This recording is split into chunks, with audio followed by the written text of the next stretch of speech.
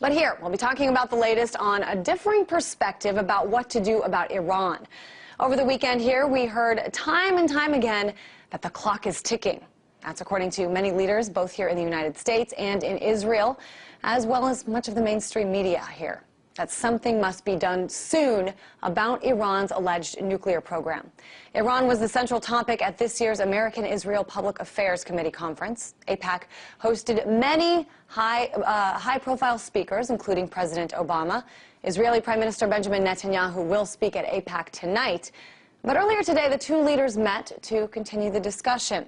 A few would argue against the notion that President Obama is kind of walking a fine line here, both trying to make it clear that a war with Iran is nobody's first choice, but that Iran is a dangerous place and needs to be kept at bay. Here's a little bit about what he said during that meeting today.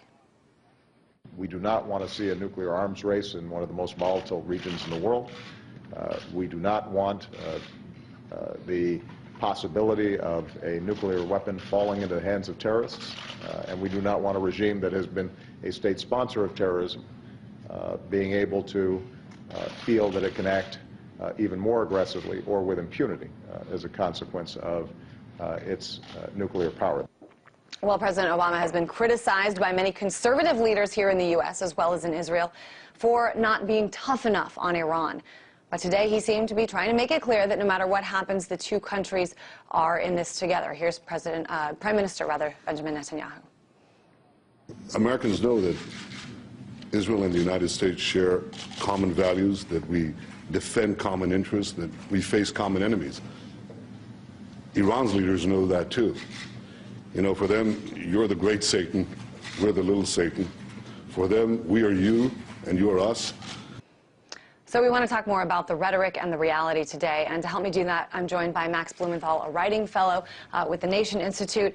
Max, let's kind of break this down. There have been many instances since President Obama came into office that people would say, you know, Israel says jump and the U.S. says how high. That's the perspective of some. Other people say, you know, President Obama is, you know, not trying to do everything that he's being told by Israel. What's going on here? I mean, do you think that Israel does, in fact, drive the U.S. foreign policy? With respect to Iran, it's driving it right now, but it's not driving it to as far as it wants to. It's not able to move the red lines to where it wants to go.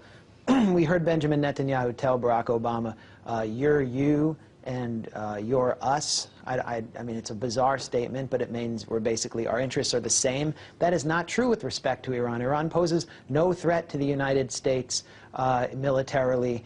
And the Obama administration is acting on assessments from the CIA, from the military intelligence apparatus, that tell him that a war with Iran would be disastrous. Israel is seeking to use the U.S.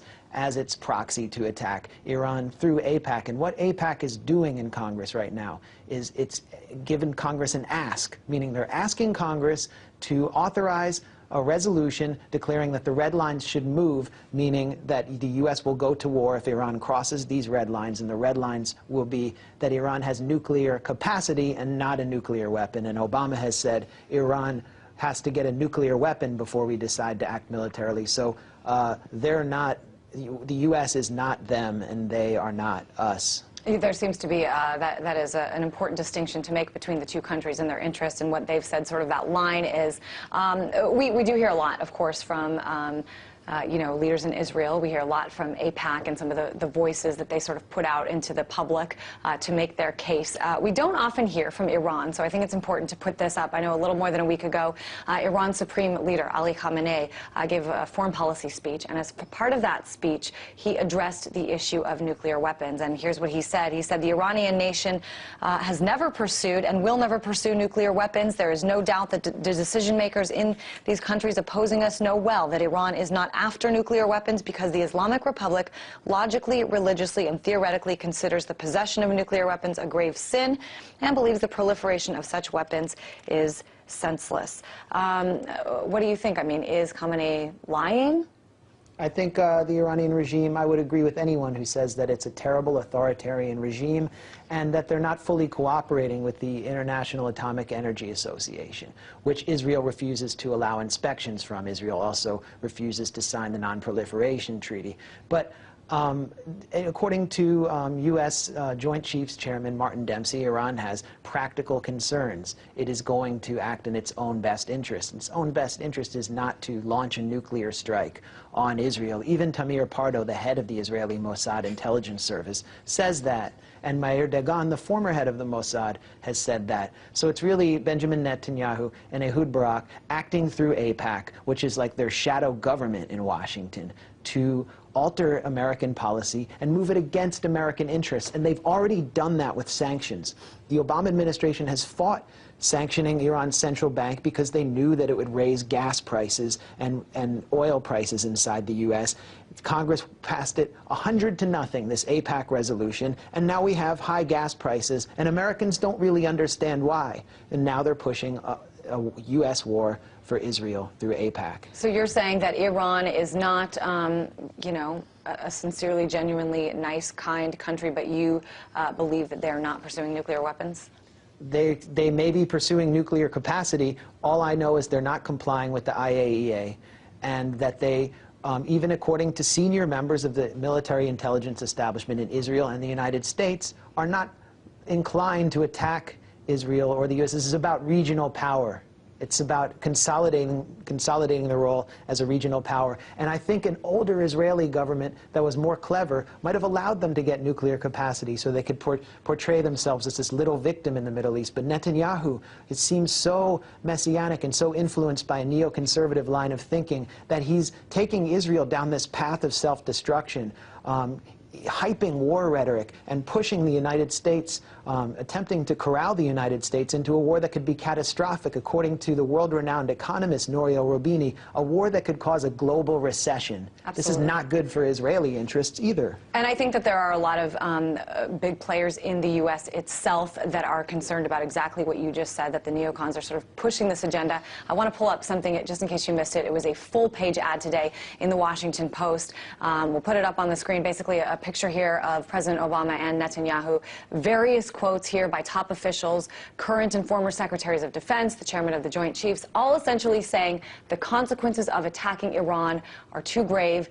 Now is not the time. Asking the president to resist the pressure for a war with Iran. I'm wondering, what kind of impact do you think visuals like this, these full-page ads in the newspaper, I mean, do you think that people will start to realize, hey, there's another perspective here than what we're hearing from, you know, Senators John McCain, Lindsey Graham, and Joe Lieberman? Well, it's important to make the case against war in public, and Barack Obama has not made the case for diplomacy enough. When George W. Bush was making the case for the war with Iraq, he made 16 major speeches before the war began. Barack Obama has mentioned diplomacy for the first time at AIPAC. So that's significant. But what we're seeing is a constant drumbeat for war. It's influencing American opinion. A Pew poll that just came out of Public Opinion shows that most Americans say they don't know very much about the dispute over Iranian nuclear weapons, and they're not getting information from the mainstream media. And at the same time, most Americans say they favor a military strike on Iran. That's incredibly dangerous. AIPAC is capitalizing on American ignorance and the media's dereliction of its duty to inform the public about what this means and who are the players influencing this drive to war.